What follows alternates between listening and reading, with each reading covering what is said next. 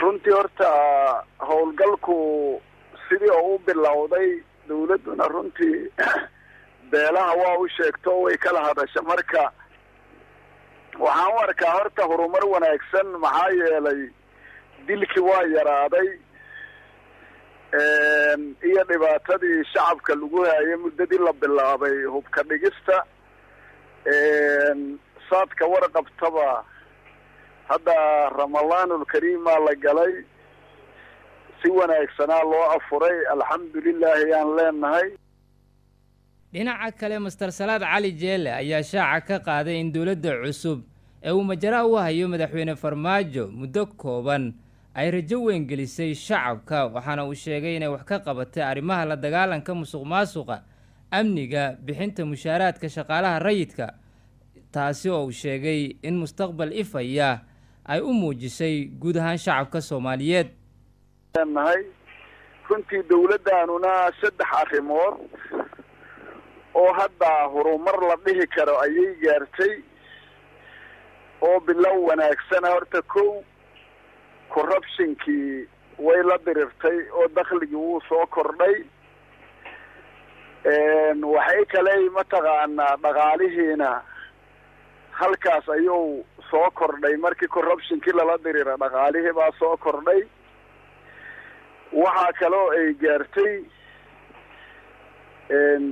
amnigina horumaray ka gaartay oo hubka dhigistaasi ama dadka hubka la wareegaysanaya oo markaasi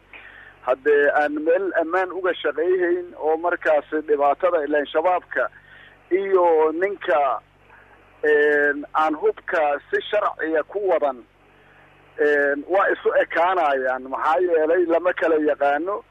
marka waxaa la dhihi karaa marka taasna horumaray ka samaysay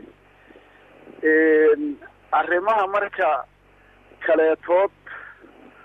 oo mustaqbal wanaagsanna waa soo ifiyey markii ay soo baxda in corruptionkii lala dagaalana haddee waxaa soo baxaya mustaqbal wanaagsan islamarkaasna mar uu ka hadlayay Salaad Cali Jeelle dadka dhaliishan hubka dhigista ayuu shaaca ka qaaday in dawladdu ay waajib ka saaran tahay in shacabkeeda ay siiso nabadgelyo taasina aan loogu aabayeelaynin dadka hubka in ay ku dhibaateeyaan raba shacabka sida uu hadalka u dhigay. shacabka magaalada Muqdisho ku nool ay nolol iyo xasilooni ay helaan ayaa waajib ka saarana sidaa darteed marka qofkii yiraahda hubka la qaadi maayo maxuu bedel ma heli kariyo oo dadku ay ku noolaadaan marka taas waayana waxa la diidan yahay oo aan cidna aqbali karin inay dadka argagax ay ku noolaadaan maxaa yeelay waa ogtaa sanadkii la soo dhaafay in 5,000 ku dhow oo qofood ayaa ku dhimatay Soomaaliya taas oo adduunka markii la barbar dhigay oo Boko Haram iyo ISIS iyo wixii argagixisaha oo dhan Soomaaliya ugu dhimasho badan marka meeshaas dhiigbaxaas oo joogtada ah arrin hadda Soomaaliya dan ugu jirtana maahan arrin loo dul qaada karana maahan arrin dawladda Soomaaliya loo doortana maahan marka in arrintaas ay wax ka bedesho oo ay mataqaanaa dadka dhimashadiisa yareyso oo ay cadawga mataqaanaa ay gacanta la gaarto hadda waajibkii loo doorta waa hadda waxyaabihii lagu dawladii hore looga cabaayayna kamid tahay marka inay dawladdaani marka ay tii hore ka bedelnaatana hadda waa waajib